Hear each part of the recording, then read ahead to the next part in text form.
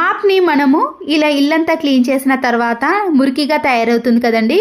కొన్ని హాట్ వాటర్ని ఇలా బకెట్లోకి వేసిన తర్వాత లైజాల్ని సర్ఫ్ను వేసి ఈ మాప్ స్టిక్ని మనము ఇలా ఒక 15 to 20 మినిట్స్ పాటు ఈ హాట్ వాటర్లో నానబెట్టి ఇలా ఒక 2-3 సార్లు గట్టిగా అనేసామనుకోండి, దాంట్లో ఉండే మురికి అంతా కూడా పూర్తిగా వచ్చేస్తుంది. ఆ తర్వాత ఈ వాటర్ని తీసేసి మరొకసారి ఫ్రెష్ వాటర్లో క్లీన్ చేసుకున్నారనుకోండి, ఈ మాప్ అనేది చాలా నీట్గా క్లీన్గా అవుతుంది.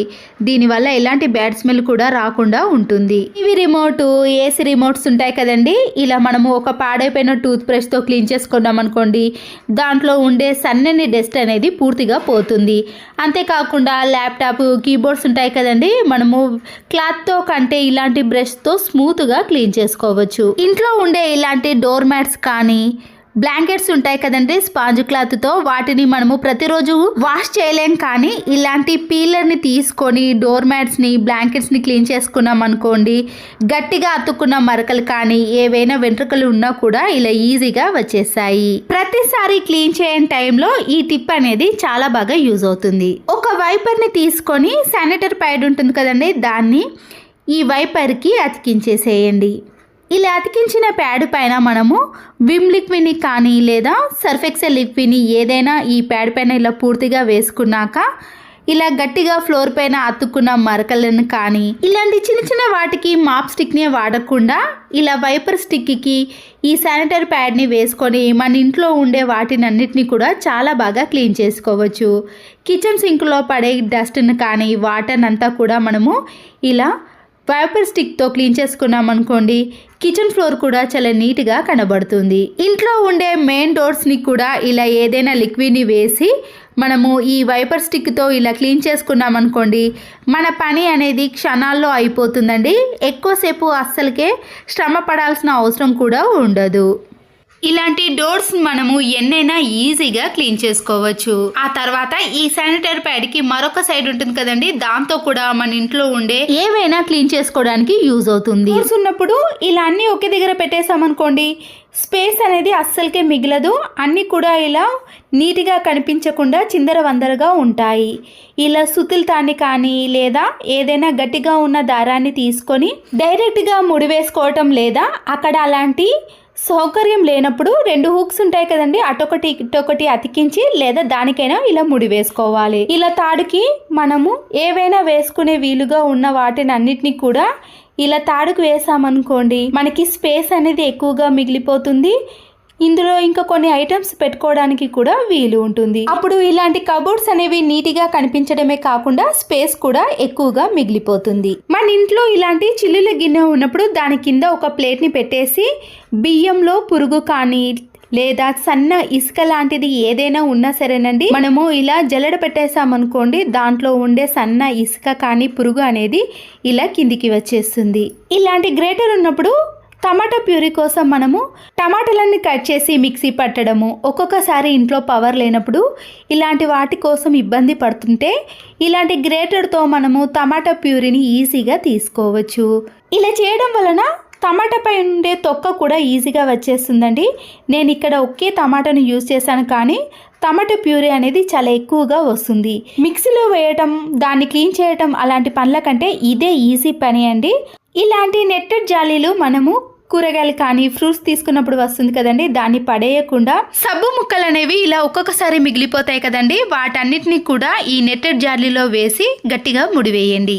ఈ నెట్టెడ్ జాలీని మనము ఇలా వాష్ బేసన్ కాడ కానీ బాత్రూంలో పెట్టేసామనుకోండి, ఫేస్ వాష్కి కానీ హ్యాండ్ వాష్కి చాలా బాగా యూజ్ చేసుకోవచ్చు. దీనివల్ల సబ్బు ముక్కలు అనేవి ఎక్కడ వేస్ట్ కాకుండా ఇలా వాడుకోవచ్చు.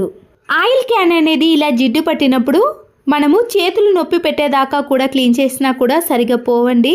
ఆయిల్ క్యాన్ని క్లీన్ చేసిన వెంటనే మన ఇంట్లో చాలా మాస్కులు ఉంటాయి కదండి, దాంట్లో ఒక మాస్క్ని తీసుకొని ఇలా వీడియోలో చూపించిన మాదిరిగా సీజర్తో పైన అలాగే కింద 2 వైపులా కూడా కట్ చేసుకోవాలి. ఇలా ఓపెన్ ఉంటుంది కాబట్టి మనము ఆయిల్ క్యాన్ బాటిల్కి కానీ ఇలాంటి ఆయిల్ క్యాన్స్కి మనము ఈ మాస్క్ను వేసామనుకోండి, ఆయిల్ ఎప్పుడైనా లీక్ అయినా కూడా ఈ మాస్క్ అనేది పీల్ చేసుకుంటుంది కాబట్టి అంత జిడ్డు అనేది ఎక్కువగా ఉండదండి. క్లీన్ చేసేటప్పుడు కూడా మనకి ఈ పని అనేది చాలా సులువుగా అయిపోతుంది. కావాలంటే మీరు కింద కూడా వేసుకోవచ్చండి. ఒకవైపు మాత్రమే కట్ చేసి ఇలా కింది వైపున కూడా వేసుకున్నాం అనుకోండి, ఆయిల్ క్యాన్కి జిడ్డు అనేది అస్సలకే పట్టదు. పిల్లలు బుక్కులో కానీ థర్మకోల్ షీట్ పైన ఇలాంటి కలర్స్ వేశారనుకోండి, ఆ బ్రష్ని మళ్ళీ కింద పెట్టేశారనుకోండి, కలర్ అనేది కింద కూడా అంటుకుంటుంది. బట్టల క్లిప్ మధ్యలో పెట్టేశామనుకోండి, కలర్ అనేవి ఎక్కడ అంటుకోకుండా నీట్గా ఉంటాయి. ఎక్స్టెన్షన్ బాక్స్ వైర్ని మనము ఇలా రౌండ్గా చుట్టేసిన తర్వాత ఫ్లగ్ని అలాగే ఉంచేస్తాం కదండి. ఈ ఫ్లగ్ను ఈ హోల్స్లో పెట్టేసామనుకోండి, పిల్లలు తీసినా కానీ బయటకి రాకుండా ఇలా నీట్గా ఉంటుంది. వాష్రూమ్లో కానీ కిచెన్లో ట్యాప్స్ అనేవి ఇలా సన్నగా వచ్చినప్పుడు ఈ ట్యాప్స్ని ఇలా ఓపెన్ చేసామనుకోండి, దీంట్లో ఉండే నెట్టెడ్కి ఇలా డస్ట్ అనేది ఎక్కువగా ఉంటే ప్రెషర్ అనేది చాలా తక్కువగా వస్తుంది. దీన్ని ఇలా నీట్గా క్లీన్ చేసి పెట్టేసామనుకోండి, ప్రెషర్ అనేది ఎక్కువగా వస్తుంది. ఇయర్ ఫోన్ వైర్స్ అనేవి ఇలా చిక్కుబడిపోకుండా ఉండాలంటే బట్టల క్లిప్ ఉంటుంది కదండి, ఈ బట్టల క్లిప్ మధ్యలో నుంచి ఇలా వైరును చుట్టేసి చివరి భాగాన్ని కూడా ఈ మధ్యలో పెట్టేసామనుకోండి, వైర్ అనేది చిక్కుబడిపోకుండా ఇలా నీట్గా ఉంటుంది. మనము హ్యాండ్ బ్యాగ్లో కానీ లేదా ఎక్కడికైనా బయటకు వెళ్ళినప్పుడు కూడా ఇలా ఈజీగా తీసుకొని వెళ్ళవచ్చు. నిమ్మ తొక్కలతో గోళ్ళను ఒక 30 సెకండ్ పాటు రుద్దిన తర్వాత ఏదైనా ఒక పొడి క్లాత్తో కానీ వాటర్తో క్లీన్ చేసుకున్నామనుకోండి, గోళ్ళు అనేవి అందంగాను పుచ్చిపోకుండాను ఉంటాయి. పెన్ రిఫిల్ అనేది సరిగా రాయనప్పుడు లేదా మధ్య మధ్యలో స్ట్రక్ అవుతుంటుంది కదా, అలాంటప్పుడు ఒక స్టీల్ ప్లేట్ మీద కొంచెం వేడి పుట్టేటట్లు రుద్దాలి. ఇలా రుద్దిన తర్వాత మీరు పేపర్ పైన రాసి చూడండి, ఎక్కడ స్ట్రక్ అవ్వకుండా ఇలా నీట్గా మళ్ళీ థిక్గా పెన్ అనేది రాస్తుంది.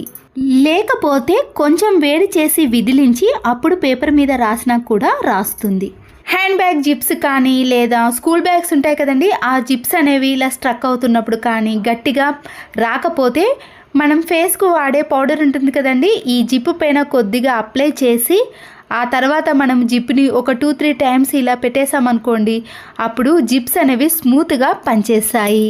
ఎండు ద్రాక్ష కానీ కిస్మిస్ మొదలైన పండ్లను లవంగాలతో కలిపి ఉంచితే అవి ఎక్కువ రోజులు నిల్వ ఉండటమే కాకుండా ఫ్రెష్గా కూడా ఉంటాయి. మరొక యూస్ఫుల్ టిప్, మన ఇంట్లో ఆయిల్ ప్యాకెట్స్ ఎన్నో ఉంటాయండి, అవి వేస్ట్ అని పడేస్తాం. కానీ సీజర్తో ఇలా పై భాగాన్ని పూర్తిగా కట్ చేసుకున్నాక టమాటాలు అనేవి ఎక్కువగా పండు బారాయి అనుకోండి, త్వరగా కుళ్ళిపోతాయి. వీటిని మనము ఇలా కట్ చేసిన ఆయిల్ ప్యాకెట్లో వేసి ఫ్రిడ్జ్లో స్టోర్ చేసుకున్నామనుకోండి, అవి త్వరగా పండు బారకుండా ఉంటాయి, కుళ్ళిపోకుండా చాలా రోజుల పాటు ఫ్రెష్గా స్టోర్ చేసుకోవచ్చు. సిలిండర్ అయిపోయిన తర్వాత ఇలా నిండు సిలిండర్ని మనము డైరెక్ట్గా ఇలా ఫ్లోర్ పైన తెచ్చామనుకోండి, లైన్స్ అనేవి పడుతూ ఉంటాయి కదా, ఇలా ఈజీగా మనము ఎవరి సహాయం లేకుండా తీసుకురావాలంటే ఇలా మ్యాట్ సహాయంతో ఈ నిండు సిలిండర్ని మనము ఎక్కడికైనా తీసుకెళ్ళవచ్చు. వాడిన కోల్గేట్ పేస్ట్ ఉంది కదండి, దాన్ని వేస్ట్ అని పడేస్తాం. కానీ దీన్ని మన ఇంట్లో చాలా రకాలుగా యూస్ చేసుకోవచ్చు. ఇలా వీడియోలో చూపించిన మాదిరిగా కోల్గేట్ పేస్ట్ను సీజర్తో చిన్న చిన్న పీసెస్గా కట్ చేసుకోవాలి. ఒక బౌల్లో కొన్ని వాటర్ని తీసుకున్నాక ఈ కట్ చేసుకున్న కోల్గేట్ పేస్ట్లో ఉన్న పేస్ట్నంతా కూడా ఈ వాటర్లో కలిసేటట్టు కలుపుకోవాలి. దీంట్లో ఇంకా ఏ లిక్విడ్ని కలపాల్సిన అవసరం లేదండి. ఒక పొడి క్లాత్ని తీసుకొని ఈ కోల్గేట్ పేస్ట్ వాటర్ని ఈ క్లాత్కు ఇలా కొద్దిగా తడిసిన తర్వాత మనము మన ఇంట్లో ఉండే ఫ్రిడ్జ్ డోర్ ఉంటుంది కదండి, స్విచ్ ఆఫ్ చేసి ఈ ఫ్రిడ్జ్ డోర్నంతా కూడా క్లీన్ చేసుకోవాలి. ఇలా కోల్గేట్ పేస్ట్తో మనము ఫ్రిడ్జ్ డోర్ని క్లీన్ చేసుకున్నామనుకోండి, మంచి షైనింగ్లోకి రావటమే కాకుండా దుమ్ము ధూళి ఎలాంటి జిడ్డు మరకలు కూడా అస్సలకే కనిపించవు. చాలా నీట్గా మళ్ళీ కొత్త దానిలా కనిపిస్తుంది. ఇదే కోల్గేట్ పేస్ట్ వాటర్ని కొద్దిగా ఈ క్లాత్ పైన వేసుకొని మన ఇంట్లో ఉండే ఇలా కూర్చునే స్టూల్స్ కానీ బట్టలు వాష్ చేసే చిన్న చిన్న స్టూల్స్ ఉంటాయి కదండి, వాటన్నిటిని కూడా మనము ఎలాంటి లిక్విడ్ని సర్ఫ్ను యూజ్ చేయకుండానే ఇలా కోల్గేట్ పేస్ట్తో ఉండే వాటర్తో మాత్రమే క్లీన్ చేసుకోవచ్చు. చూడండి ఎంత నీట్గా క్లీన్గా కనబడుతుందో. తర్వాత మనము ఇదే పేస్ట్ వాటర్తో వాష్రూమ్ డోర్స్ ఉంటాయి కదండి, ఇలా సోప్ మరకలు వాటర్ మరకలు పడి జిడ్డుగా తయారైపోయింది. ఈ కోల్గేట్ వాటర్తో మనము ఇలా క్లాత్తో వాటర్నంతా కూడా వేసి క్లీన్ చేసుకున్నామనుకోండి, ఎలాంటి మరకలు కూడా కనిపించవు. ఈ డోర్ని ఇంతకుముందు క్లీన్ చేయనప్పుడు ఎలా ఉందో చూసారు కదండి, ఇలా క్లీన్ చేసిన తర్వాత డోర్ కూడా చాలా నీట్గా ఎలాంటి పెయింట్ మరకలు పోకుండా ఉంటుంది. వాటర్ క్యాన్ ఉంది కదండి, ఇక్కడ నేను మీకు వీడియోలో క్లియర్గా చూపిస్తున్నాను చూడండి. లోపట అంతా కూడా పాకురుగా మరకలు అనేవి ఇలా ఎక్కువగా ఉన్నాయి. ఇంతకు ముందు మిగిలిన కోల్గేట్ వాటర్ ఉన్నాయి కదండి, దాన్ని కూడా మనము ఈ వాటర్ క్యాన్లో కొన్ని వేసిన తర్వాత రాళ్ళ ఉప్పు ఉంటుంది కదండి, దాన్ని మాత్రమే వేయండి. సన్నుప్పు అస్సలకే వేయకూడదండి. రాళ్ళ ఉప్పు వల్లనే ఇవి చిన్న రాళ్ళ టైప్ ఉంటుంది కాబట్టి క్లీన్ చేయడంలో చాలా బాగా పనిచేస్తుంది. అలాగే కొన్ని వాటర్ని వేసిన తర్వాత క్యాప్ను పెట్టేసి 2-3 సార్లు బాగా షేక్ చేయాలి. ఇప్పుడు పూర్తిగా మరకలు అనేవి పోలేవు కాబట్టి మరొకసారి ఫ్రెష్ వాటర్తో రాళ్ళ ఉప్పును వేసి షేక్ చేయండి. చూసారు కదండి, ఇలా 2-3 టైమ్స్ చేయటం వలన ఎలాంటి మరకలైనా ఈజీగా తొలగిపోతాయి. ₹1 ఖర్చు పెట్టకుండా ఇలా ఇంట్లో ఉండే వస్తువులన్నిటిని కూడా క్లీన్ చేసుకోవచ్చు. ఈ కోల్గేట్ వాటర్ అనేవి ఇంకా కొన్ని మాత్రమే మిగిలాయండి. వాటిని అన్నిటిని కూడా ఇలా కిచెన్ సింకులో వేసేసి స్క్రబ్బర్తో క్లీన్ చేసుకోవాలి. ఇలా కిచెన్ సింకును మొత్తం క్లీన్ చేసుకున్నాక వాటర్తో క్లీన్ చేసామనుకోండి, ఎలాంటి మరకలు కానీ కనిపించవు. అంతేకాకుండా ఏదైనా బ్యాడ్ స్మెల్ ఉన్నా కూడా అది పూర్తిగా తొలగిపోతుంది. ఇలా స్టీల్ వాటిని మనము కోల్గేట్ పేస్ట్తో క్లీన్ చేసుకున్నామనుకోండి, చాలా నీట్గా క్లీన్గా కనబడతాయి. వాష్రూమ్ అనేది బ్యాడ్ స్మెల్ వచ్చినప్పుడు కానీ నీట్గా లేనప్పుడు ఇలా కొన్ని వాటర్లో సర్ఫును వేసి కోల్గేట్ పేస్ట్ని కూడా యాడ్ చేయాలి.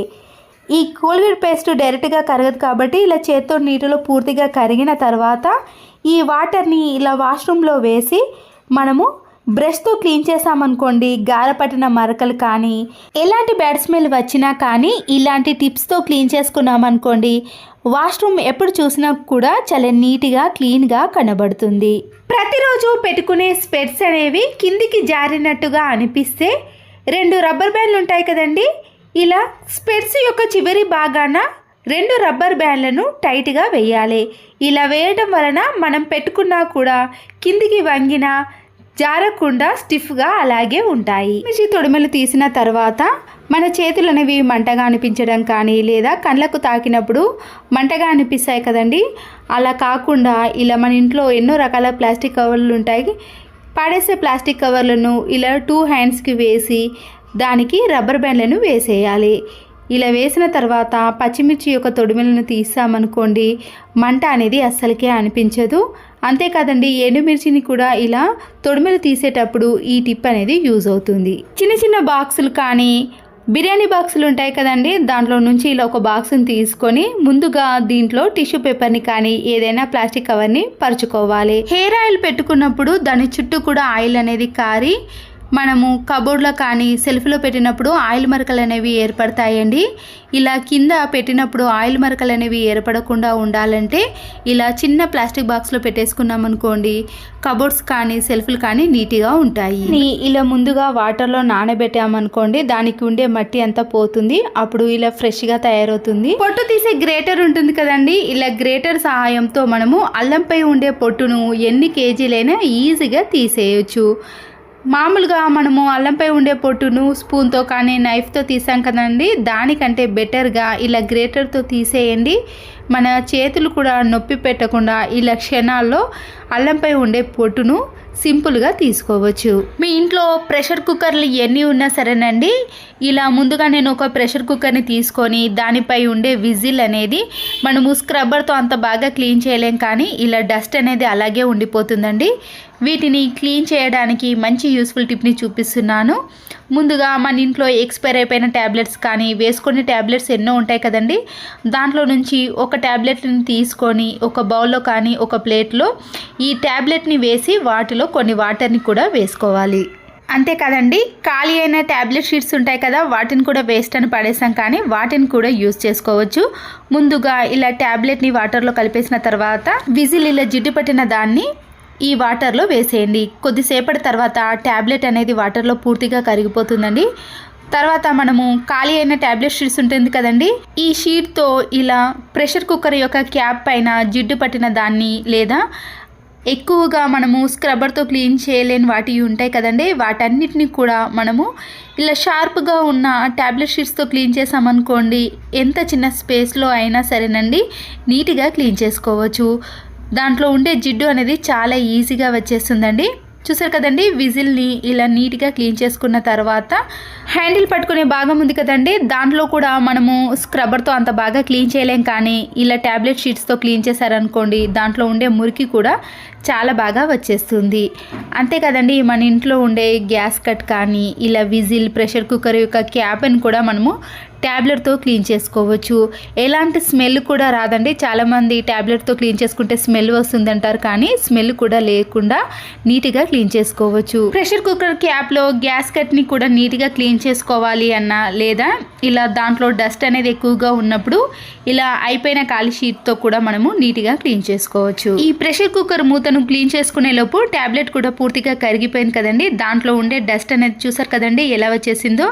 ఇంతకు ముందు విజిల్కి ఇప్పుడు విజిల్కి తేడా చూసారు కదండి. మామూలుగా మనం వాటర్తో క్లీన్ చేసుకున్నాం అనుకోండి, పూర్తిగా క్లీన్ అయిపోతుంది. తర్వాత మనం సోప్తో కానీ లిక్విడ్తో ఈ ప్రెషర్ కుక్కర్ని, విజిల్ని క్లీన్ చేసుకున్నాం అనుకోండి, చాలా నీట్గా క్లీన్గా తయారవుతాయి. ఖాళీ షీట్తో ప్రెషర్ కుక్కర్ యొక్క మూతను కూడా క్లీన్ చేసాం కదండి, ఇప్పుడు చాలా నీట్గా క్లీన్గా ఉంటుంది. ఇది ప్రతిరోజు కాదండి, సంవత్సరాల పాటు నీట్గా క్లీన్గా రుద్ది కడగాల్సిన పని లేకుండా టైల్స్ అనేవి చాలా నీట్గా ఉండాలి అంటే దీనికోసం నేనైతే ముందుగానే ఇలాంటి షీట్ని వేసానండి. ఈ షీట్ వేసి కూడా 3 years అయిందండి. కలర్ షీట్ని వేయటం వలన లోపల ఉన్న టైల్స్ అనేవి కనబడవు. కాబట్టి ఇప్పుడు ఈ కిచెన్ టైల్స్కి కనబడే విధంగా ట్రాన్స్పరెంట్ షీట్ని తీసుకున్నానండి. అప్పుడు టైల్స్ కూడా మనకి నీట్గా కనబడతాయి.